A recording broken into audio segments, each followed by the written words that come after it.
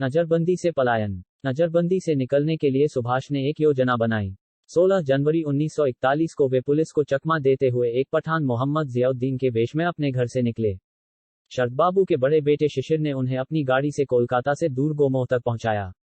Gomoh railway station से frontier mail पकड़कर वे पेशावर पहुंचे। पेशावर में उन्हें फॉरवर्ड ब्लॉक के एक सहकारी मियां अकबर शाह मिले। मियां अकबर शाह ने उनकी मुलाकात कीर्ति किसान पार्टी के भगतराम तलवार से करा दी। भगतराम तलवार के साथ सुभाष पेशावर से अफगानिस्तान की राजधानी काबुल की ओर निकल पड़े। इस सफर में भगतराम तलवार रहमत खान नाम के पठान और सुभाष उनके गूंगे बहरे चाचा बने थे।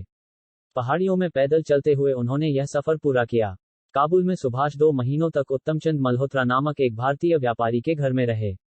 वहां उन्होंने पहले रूसी दूतावास में प्रवेश पाना चाहा। इसमें नाकामयाब रहने पर उन्होंने जर्मन और इटालियन दूतावासों में प्रवेश पाने की कोशिश की। इटालियन दूतावास में उनकी कोशिश सफल रही।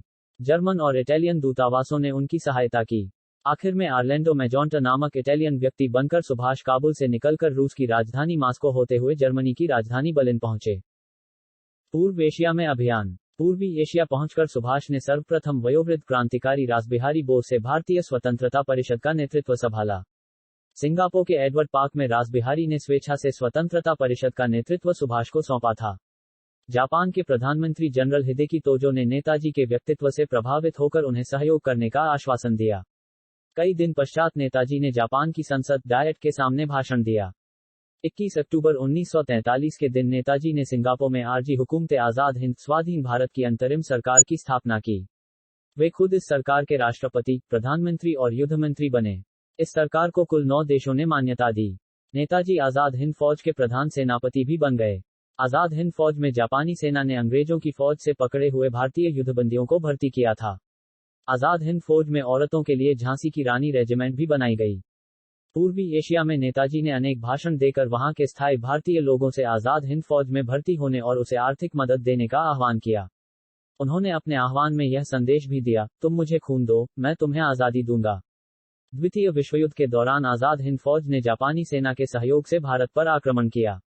अपनी फौज को प्रेरित करने के लिए नेताजी ने दिल्ली चलो का नारा दिया। दोनों फौजों ने अंग्रेजों से अंडमान और निकोबार द्वीप जीत लिए। यह द्वीप आरजी हुकूमत आज़ाद हिंद के अनुशासन में रहे। नेताजी ने इन द्वीपों को शहीद द्वीप और स्वराज द्वीप का नया नाम दिया। दोनों फौजों ने मिलकर इम्फाल और कोहिमा पर आक्रमण किया, लेकिन बाद में अंग्रेजों का पलड़ा भारी पड़ा और दोनों फौजों को पीछे हटना पड़ा। जब आज़ाद हिंद फौज पीछे हट रही थी तब जापानी सेना ने नेताजी के भाग जाने की व्यवस्था की, परंतु नेताजी ने झांसी की रानी रेजिमेंट की लड़कियों के साथ सैकड़ों मील चलते रहना पसंद किया। इस प्रकार नेताजी ने सच्चे नेतृत्व का एक आदर्श प्रस्तुत किया। 6 जुलाई 1944 को आज़ाद हिंद रेडियो पर अपने भाषण के माध्यम से गांधी जी को संबोधित करते हुए नेताजी ने जापान से सहायता लेने का अपना कारण और आरजी हुकूमत आज़ाद हिंद तथा आज़ाद हिंद फौज की स्थापना के उद्देश्य के बारे में बताया। इस भाषण के दौरान नेताजी ने गांधी जी को राष्ट्रपिता कहा, तभी गांधी जी ने भी उन्हें नेताजी कहा। दुर्घटना और मृत्यु की खबर। द्वितीय विश्वयुद्ध में जापान की हार के बाद नेताजी को नया रास्ता ढूंढना जरूरी था। उन्होंने रूस से सहायता मांगने का निश्चय किया था। 18 अगस्त 1945 को नेताजी हवाई जहाज से मंचूरिया की तरफ जा रहे थे। इस सफर के दौरान वे लापता हो गए। इस दिन के बाद वे कभी किसी को दिखाई नहीं दिए। 23 अगस्त 1945 को टोक्यो रेडियो ने बताया कि सैगोन में नेताजी एक बड़े बमवर्षक विमान से आ रहे थे कि 18 अगस्त को ताइहोकू हवाई अड्डे के पास उनका विमान दुर्घटनाग्रस्त हो गया। विमान में उनके साथ सवार जापानी जनरल शोदेई, पायलट तथा कुछ अन्य लोग मारे गए। नेताजी गंभीर रूप से जल गए थे। उन्हें ताइहोकू सैनिक अस्पताल ले जाया गया जहां उन्होंने दम तोड़ दिया। कर्नल हबीबुर रहमान के अनुसार उनका अंतिम संस्कार ताइहोकू में ही कर दिया गया। सितंबर के मध्य में उनकी अस्थियां संचित करके जापान की राजधानी टोक्यो के रेनकोजी मंदिर में रख दी गई। भारतीय राष्ट्रीय अभिलेखागार से प्राप्त दस्तावेज के अनुसार नेताजी की मृत्यु 18 अगस्त 1945 को ताइहोकू के सैनिक अस्पताल में रात्रि 21:00 बजे हुई थी।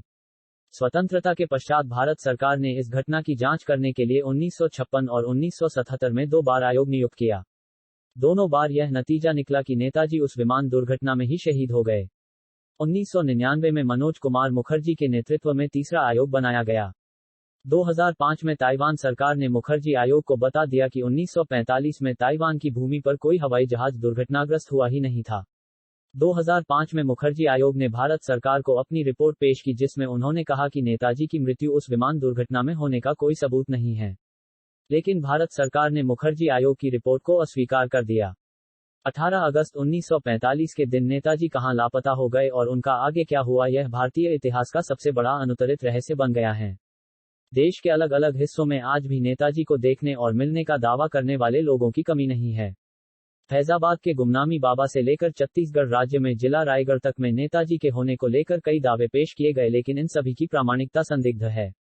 छत्तीसगढ़ में तो सुभाष चंद्र बोस के होने का मामला राज्य सरकार तक गया, परंतु राज्य सरकार ने इसे हस्तक्षेप के योग्य न मानते हुए मामले की फाइल ही बंद कर दी। सुनवाई के लिए विशेष पीठ का गठन। कलकत्ता हाई कोर्ट ने नेताजी के लापता होने के रहस्य से जुड़े खुफिया दस्तावेजों को सार्वजनिक करने की मांग पर सुनवाई के लिए स्पेशल बेंच के गठन का आदेश दे दिया है। यह याचिका सरकारी संगठन इंडिया स्माइल द्वारा दायर की गई है। इस याचिका में भारत संघ, राष्ट्रीय सलाहकार परिषद, रॉ, खुफिया विभाग, प्रधानमंत्री के निजी सचिव, रक्षा सचिव, गृह विभाग और पश्चिम बंगाल सरकार सहित कई अन्य लोगों को प्रतिवादी बनाया गया है। भारत की स्वतंत्रता पर नेताजी का प्रभाव। हिरोशिमा और नागासाकी के विध्वंस के बाद सारे संदर्भ ही बदल गए। आत्मसमर्पण के उपरांत जापान 4-5 वर्षों तक अमेरिका के पांवों तले कराहता रहा। यही कारण था कि नेताजी और आजाद हिंद सेना का रोमहर्षक इतिहास टोक्यो के अभिलेखागार में वर्षों तक पड़ा धूल खाता रहा। नवंबर 1945 में दिल्ली के लाल किले में आजाद हिंद फौज पर चलाए गए मुकदमे ने नेताजी के यश में वर्णनातीत वृद्धि की और वे लोकप्रियता के शिखर पर जा पहुंचे।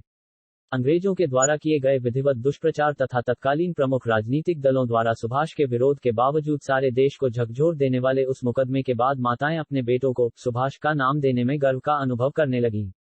घर घर में राणा प्रताप और छत्रपति शिवाजी महाराज के जोड़ पर नेताजी का चित्र भी दिखाई देने लगा।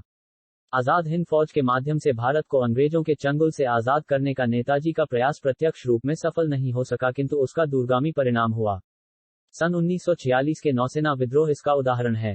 नौसेना विद्रोह के बाद ही ब्रिटेन को विश्वास हो गया कि अब भारतीय सेना के बल पर भारत में शासन नहीं किया जा सकता और भारत को स्वतंत्र करने के अलावा उनके पास कोई दूसरा विकल्प नहीं बचा। आजाद हिंद फौज को छोड़कर विश्व इतिहास में ऐसा कोई भी दृष्टांत नहीं मिलता जहां 30-35 हजार युद्धबंदियों ने संगठित होकर अपने देश की आजादी के लिए ऐसा प्रबल संघर्ष छेड़ा हो। जहां स्वतंत्रता से पूर्व विदेशी शासक नेताजी की सामर्थ्य से घबराते रहे, तो स्वतंत्रता के उपरांत देशी सत्ताधीश जनमानस पर उनके व्यक्तित्व और कर्तृत्व के अमिट प्रभाव से घबराते रहे। स्वातंत्र्यवीर सावरकर ने स्वतंत्रता के उपरांत देश के क्रांतिकारियों के एक सम्मेलन का आयोजन किया था और उसमें अध्यक्ष के आसन पर नेताजी के तैलचित्र को आसीन किया था। यह एक क्रांतिवीर द्वारा दूसरे क्रांतिवीर को दी गई अभूतपूर्व सलामी थी।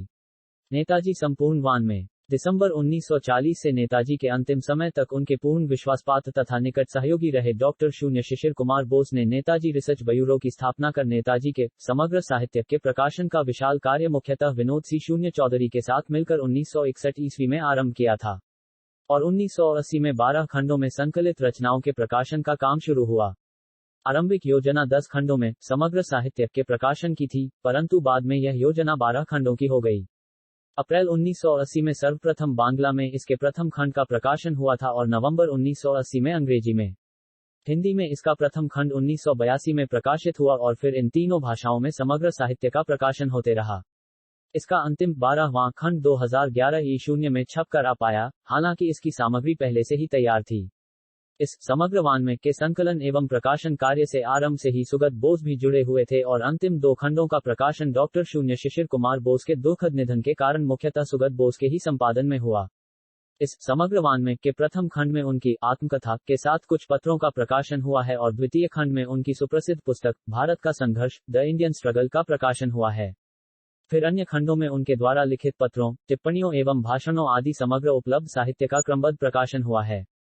इस प्रकार यथासंभव उपलब्ध नेताजी का लिखित एवं वाचिक समग्र वान में अध्ययन हेतु सुलभ हो गया है और यह युगीन आवश्यकता भी है कि महात्मा गांधी की तरह नेताजी के संदर्भ में भी अनेकानेक संदर्भ रहित कथनों एवं अपूर्ण जानकारियों के आधार पर राय कायम करने की बजाय उपयुक्त मुद्दे को उसके उपयुक्त एवं सम्यक संदर्भों में देखते हुए सटीक एवं प्रामाणिक राय कायम की जाए। वे बहुत ही सरल थे।